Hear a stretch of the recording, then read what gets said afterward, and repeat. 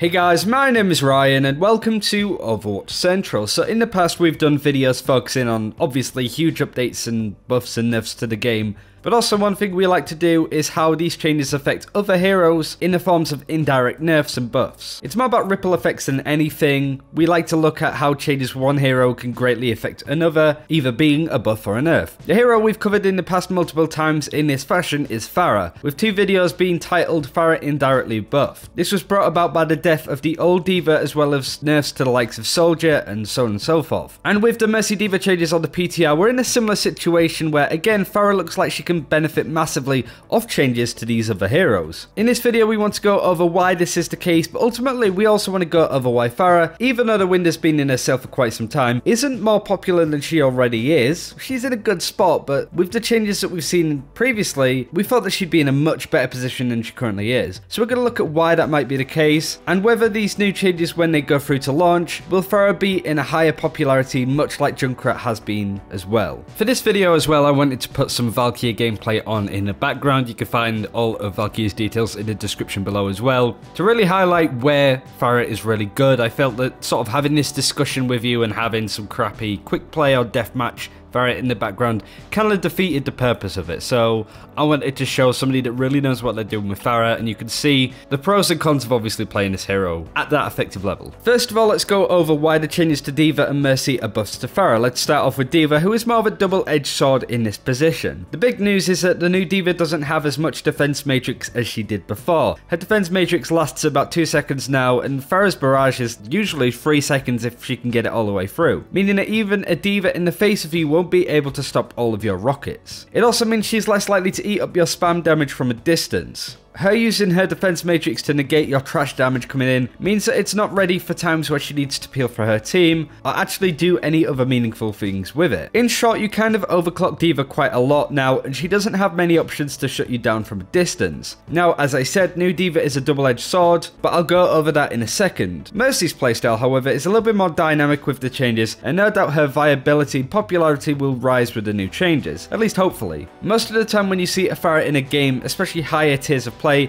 it's usually paired up well with a Mercy. So Mercy buffs and her active playstyle means that it's good news for Pharah players too. With the popularity of Junkrat also rising as well, because you know he's pretty good right now, it also means that Pharah's popularity could and should rise in this situation, as she's an effective hero against a good Junkrat. I kind of refuse to say counter in this situation as it's a bit of a loaded word, but in this given situation she isn't far off when it comes to shutting down a Junkrat. So now that we've gone over why these changes are an indirect buff to Pharah, let's go over why this hasn't done much for her in the past. As far as picking her up and playing her goes, you can get away with playing Pharah in competitive. There are a few players that do play her and do find effectiveness in her toolkit, but with all of the helping hands that Pharah has had from other changes to other heroes ever since the death of Triple Tank, why isn't she much stronger and a more prominent pick than she was back then? She's increased, sure, but not an awful lot considering everything's going her way. But the main reason is that there's better DPS options to pick up. Genji, Tracer, and Doomfist lead the way when it comes to dive compositions, but Soldier and McCree can also fit nicely into a team. The main difference between Pharah and the other main DPS, i.e. Tracer, Genji, and Doomfist, is that the latter three have a much easier time confirming kills and bursting players down than Pharah does. Pharah's burst damage, apart from her ultimate of course, is pretty lax in comparison to Tracer's one clip in, Genji dashing to confirm kills, and of course Doomfist doesn't really need explaining. There are some areas and maps that Pharah can excel at, such as the first point of Numbani, and aspects of also Horizon. However, other times there's just better options to pick from. Not to mention that Pharah's transferable skills don't really cross over too well with other heroes. Tracer, Genji, Doomfist have similar playstyles, so you can kind of blend between the three. And of course McCree and Soldier are very similar as well. However, Pharah plays in a completely different way to all of the heroes mentioned. She's also very dependent on having good aim, game sense with predictive shots, and also good movement as well, meaning that the resources and time that is required to play and learn a hero as good as Pharah just isn't worth it when results are much more prominent on the other heroes that I mentioned before. I wanted to make sure that I wasn't just barking up the wrong tree with, so I spoke to Tavik about this briefly as well, and I wanted to know why the pros weren't considering her, just basically exchange notes. He also said that she's a very map dependent hero and can be heavily countered by the enemy if they just go double hit scan or D.Va. It's even more problematic when you're running Pharmacy, as your team may be a healer down because the Mercy's spending more time with you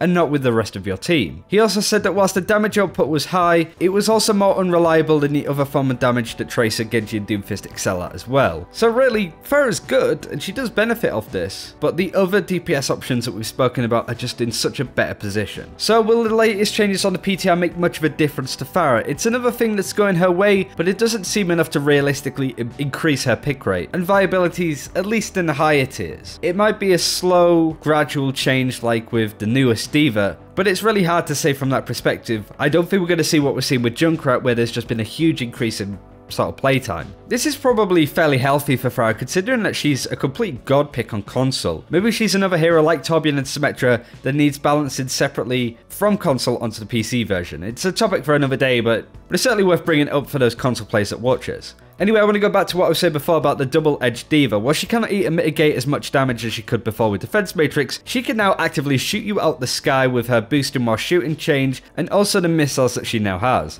It's hard to say for certain how much this 1v1 situation will sway how this goes, but D.Va now has more effective range against Pharah. She just cannot eat rockets as much. Yeah, there's been plenty of changes that have really complemented the new Pharah, but also buffs to McCree's Deadeye and Widow's Mind have pushed their pick rate up as well, so they're in a better situation to take down a Pharah if needs be. Soldier isn't as crazy good as he used to be before, but he's still effective with a lot of situations. In short, I'd say that Pharah is in a problematic yet healthy middle ground. She can be picked up and played all the way to GM and top 500, as we've seen with players like Valkyria. But for example, if you came up to us and said, I really want to learn Pharah, well, first of all, learn who you want to learn in a game. When it comes to being efficient and learning the best DPS heroes at this point, there are much better picks that I would definitely recommend picking up instead at this moment in time. But that's it for this time. Thank you very much for watching. Do let us know what you think of Pharah, whether she's in a healthy position, whether you play a lot of her as well. I know that she is a popular hero across a lot of people, but I think there was a lot of surprise from us, especially with all of these changes benefiting Pharah, yet it's not really showing in the game as much currently. I'm certainly interested to bring up whether these newest changes will make a difference to her again as well. But that's it for now. Take care. We'll see you then.